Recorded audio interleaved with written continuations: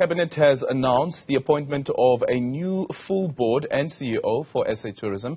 The organization's finance chief, Nombulelo Kuliwa, has been appointed the CEO of the organization. She has been acting in that role since September last year.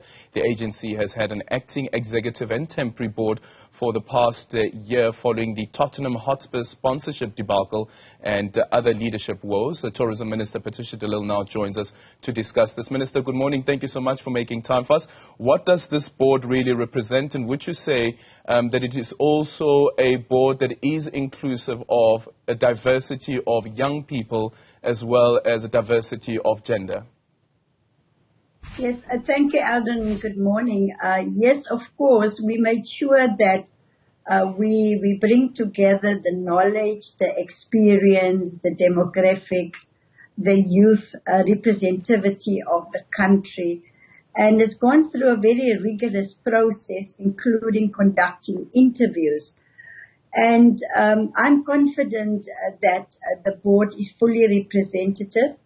If we do need some more and extra skills, there are still 2 places on the board that we can use for that. And so I'm looking forward that this board will definitely help to further stabilize SAT. I do want to thank the outgoing board for the sterling work that they have done in turning around the entity. So yes, I'm confident that we do have the right skills and experienced people on the board. Yeah. Why weren't you able to fill the other 2 vacancies on the board? Well, the Act says that I can select up to 13. After the process, we decided for now to get the board through Cabinet, and after we've done the interviews, let us go to Cabinet with the 10 names, and then thereafter we can take our time to bring on additional skills if and when needed. Yeah. Minister, when you look at the makeup of the board, and earlier on I started off with the question around diversity and inclusion, of course, based on race, yes. gender, based on age as well as yes. Gender. My question is also in relation to organizations that work in townships as well as rural areas. Are they represented on this board? Oh, yes, most definitely. The South African Townships and Villages Organization, SATUVITU, they play a very critical role in assisting the tourism sector to diversify the country's offering by us getting into what I call the hidden gems in our townships, our villages and small dorpies. And just in the beginning of this year, South African Tourism and the Department of Tourism, we had an expo sponsored by these small, medium enterprises. No, they are fully representative. And those organizations that are not represented as an organization on the board, we do have close working relationship with the value chain of the tourism sector, including the private sector. What would you say their priorities are? What's on top of the list of the agenda? Well, on top of the list is that we need to up our marketing of South Africa as a destination. We had come up with a global plan because we found that you've got a fragmentation of marketing the one destination. And so that is the first priority.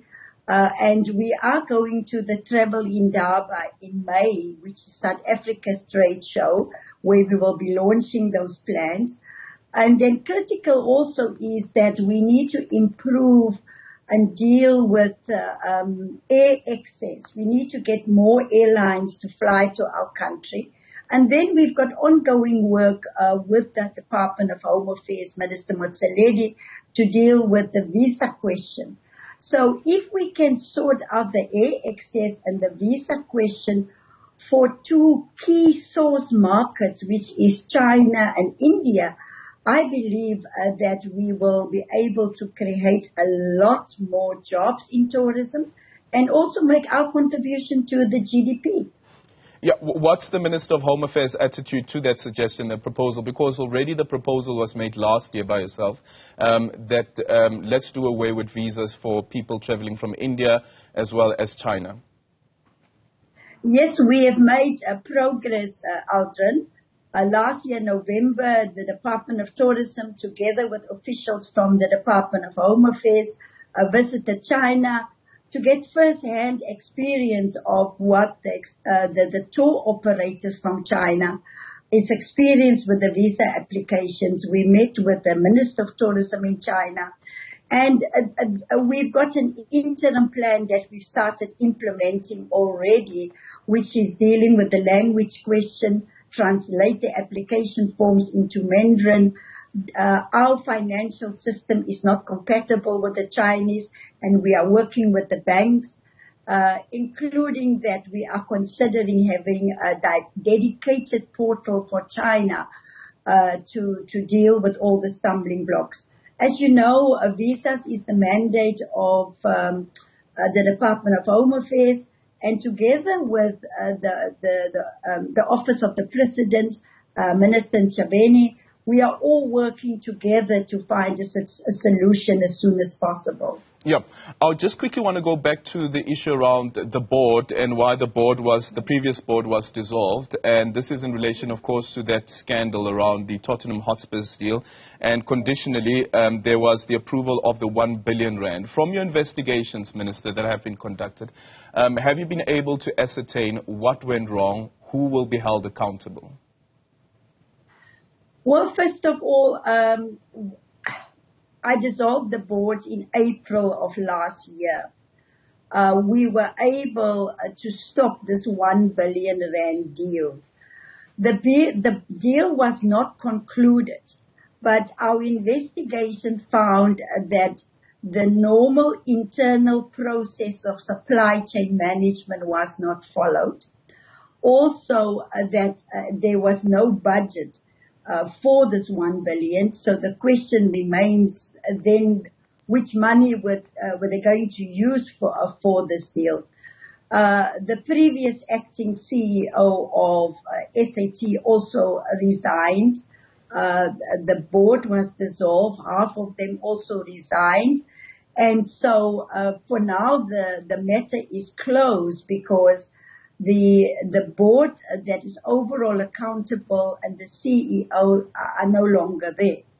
But at least we've put now systems in place that can detect and prevent, such deals even being started going into the future. Yeah, but has anyone been held accountable? We understand that the former acting CEO and CFO have resigned. But who has been held accountable? Because on one end, yes, the deal didn't go ahead, but there is also the reputational damage that South Africa has suffered because this was an international deal. This is an international club that we're speaking about, and also Tourism SA's own mandate had been tampered with. Yes, definitely, Alden. What we have done there was to seek the help of the SIU to do a full investigation, a forensic investigation. And the SIU seconded 2 people that are currently busy getting into all the details to investigate and come with recommendations and findings. Because I suggested to the new board that they must proceed with the turnaround strategy and get the help of the SIU to investigate not only those allegations, but also allegations that of corruption that came in via the hotline of SAT. So once we get a full report from the SIU, then we will see the consequence management. Yeah. Is there any intention from your end, Minister, to declare the former CFO as well as the former acting CEO delinquent? Well, subject to the investigation by the SIU and the recommendations, it is up to the SIU to advise us what is the next action. I can't speculate about what the outcome will be from the SIU. Okay, Minister, just quickly, tomorrow or this coming weekend, you're launching, the Good Party, that is, launching its manifesto. What can people expect? Well, we are launching the manifesto on the 16th of March at Lily's Leaf in Johannesburg. Really, Eldon, we have been looking at some of the proposals that has been put by so many political parties. And we have drilled down to what matters most for South Africans and come up with solutions and plans how to deal with all of these challenges. But not only a plan, also explaining to South Africans that if we follow the solutions proposed by Good, this will be the impact on our communities. So yes, of course, the issue of corruption is a great concern for many, many people out there. And we do find that if we've been able to stem the tide of corruption that has become an endemic in our country, that resources could have been used better, especially for socio-economic issues. Yes. Thank you so much. Unfortunately, Minister, we've run out of time. Minister Patricia de Lille, the Minister of Tourism and also the leader of the Good Party, which will be launching its manifesto on the 16th of March.